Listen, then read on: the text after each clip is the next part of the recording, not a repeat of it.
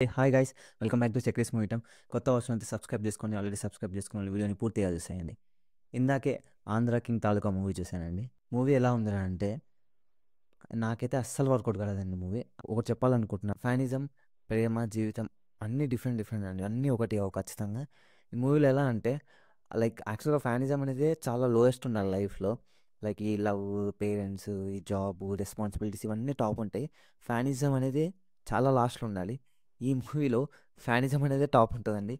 First నాకు అదే నచ్చలేదు మూవీలో. ఆ ప్లాటే నచ్చలేదు బేసిక్గా మూవీలో. హీరో కోసం నీకు అభిమానం ఉండాలి, కానీ పిచ్చి ప్రేమ ఉండకూడదండి మెయిన్గా. అంటే సినిమాస్, హీరోస్ ఇవన్నీ లైఫ్లో ఒక చిన్న పార్ట్ అండి అంతే. సినిమా వాళ్ళ హీరో అదే ఎంటైర్ లైఫ్ లైఫ్ అనుకోవడం చాలా మిస్టేక్. బేసిక్గా అసలు అసలు ఎందుకంటే ఒక హీరో ఫ్యాన్ కావాలి చెప్పండి. బేసిక్గా మనం అసలు ఎందుకైతామండి ఒక హీరో ఫ్యాన్? బేసిక్గా చెప్పండి. మనం వాళ్ళకి బానిసత్వం చేయడానికి లేదా కలెక్షన్స్ పెంచడానికి ఒక హీరోకి ఫ్యానిజం ఎందుకు కావాలంటే ఎంజాయ్ కోసం, ఇన్స్పైర్ కావడం కోసం, లైఫ్లో వాళ్ళగా మంచి స్టేజ్లో ఉండడం కోసం ఇవన్నీ ఇన్స్పిరేషన్గా తీసుకోవాలి. అంతేగాని ఒక హీరోకి ఊడిగం చేయడానికి మాత్రం ఫ్యాన్స్ కాకూడదు ఖచ్చితంగా. సపోజ్ మీరు ఒక హీరో ఫ్యాన్ అండి.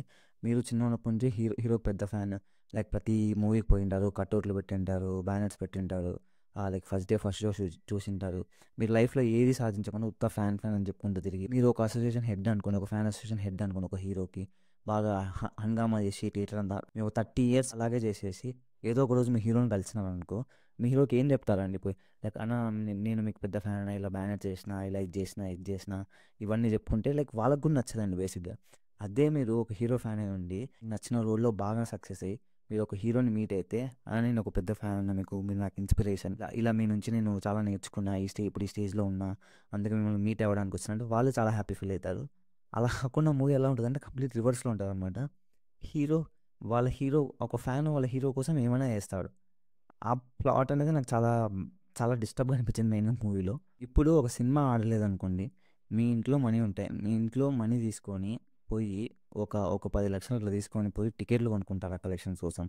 లేదు కదండి. అలాంటిది ఈ సినిమాలో వాళ్ళ హీరో సినిమా ఆగిపోతుందని చెప్పి, మనీ లేక ఆగిపోతుందని చెప్పి, వాళ్ళ హీరో సినిమా అలా ఆగిపోకూడదని వాళ్ళ ఫ్యాన్ వాళ్ళ హీరోకి మనీ పంపిస్తారండి. అది కూడా ఎంత? అక్షరాల 3 కోట్లు. అసలు నాకైతే మూవీ ఇట్లా దీంతో స్టార్ట్ అవుతుంది ఒక 5-10 minutesలో. అసలు నాకు ఈ ప్లాట్తోనే పిచ్చి లేచిపోయిందండి. అసలు మూవీలో అసలు ఏం చేయాలనుకుంటున్నారు మీరు అని. ఇప్పుడు ఆ ఫ్యాన్ ఎలా పంపించాడనేది మొత్తం ఎంటైర్ స్టోరీ. ఏమేమి చేసింటాడు, ఎలా వచ్చింటాడు అనేది స్టోరీ. అసలు ఫస్ట్ ఆఫ్ ఆల్ ఆ లైన్హే పరుస్తుంటే మళ్ళీ ఇంకా స్టోరీ ఎలా ఉంటుంది మీరే చెప్పండి. ఇప్పుడు మన మన మన హీరో వాళ్ళ హీరో కోసం 3 crores ఇచ్చింటాడు కదా. ఇప్పుడు వాళ్ళ హీరో అది తెలుసుకొని నా ఫ్యాన్ ఎవరో నాకు 3 కోట్లు పంపించాడని చెప్పి అతను వెతుక్కుంటూ హీరో దగ్గరకు వస్తాడు. అది లాస్ట్లో క్లైమాక్స్లో హీరో దగ్గరకు వచ్చి రీచ్ అవుతాడు. మళ్ళీ క్లైమాక్స్ ఒక వరస్ట్ ఉంటుందండి.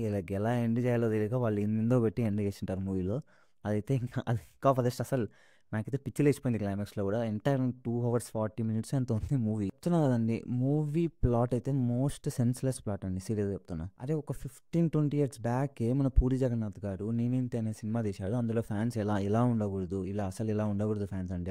వాళ్ళకి లైఫ్స్ ఉంటాయి, మీ హీరోకి జస్ట్ ఊడిగం చేయకూడదు, మీరు మీ లైఫ్ చూసుకోవాలి, మహా అంటే సినిమా చూసి ఎంజాయ్ చేసి వదిలేయాలి అనే ప్లాట్లో మూవీ ఉంటుంది.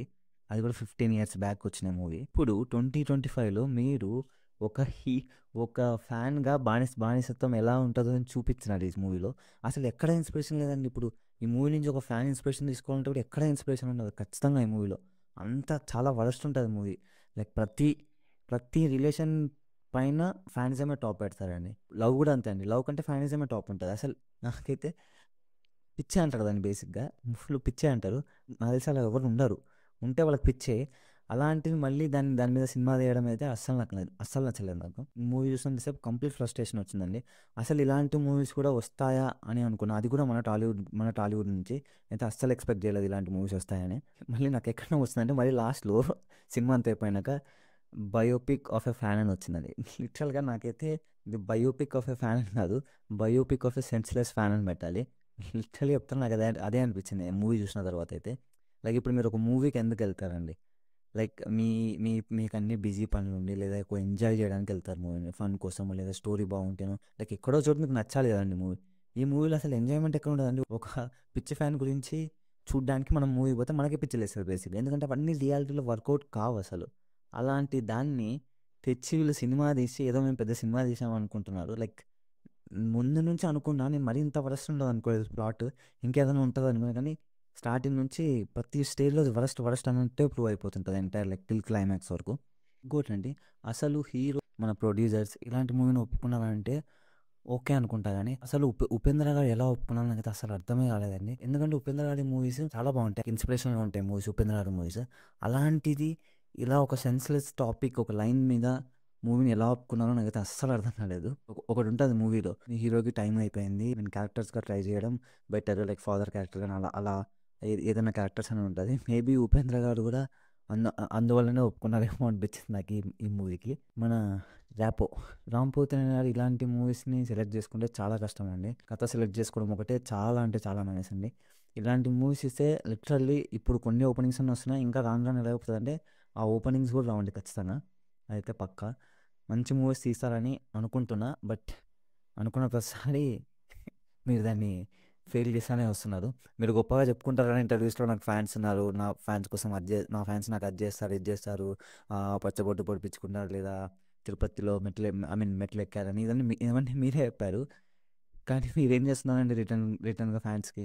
ఏం చేయట్లేదు. ఇలాంటి తిక్క సినిమాలు తప్పించి. అట్‌లీస్ట్ ఒక మంచి సినిమానన్నా తీయండి.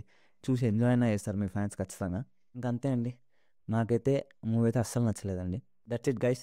Thanks for watching the video. Do like, share, subscribe. Tata bye.